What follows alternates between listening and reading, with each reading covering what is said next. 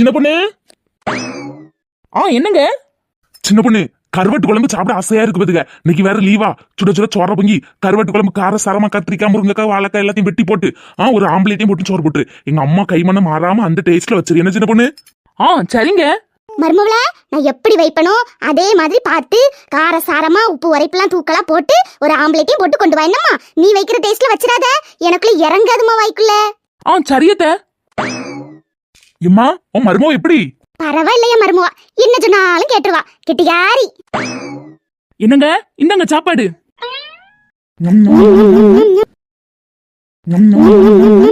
சின்ன பொண்ணு, எங்க அம்மா கைமணம் கொஞ்சம் கூட குறையல, அப்படியே வச்சிருக்கா. இது எப்படி?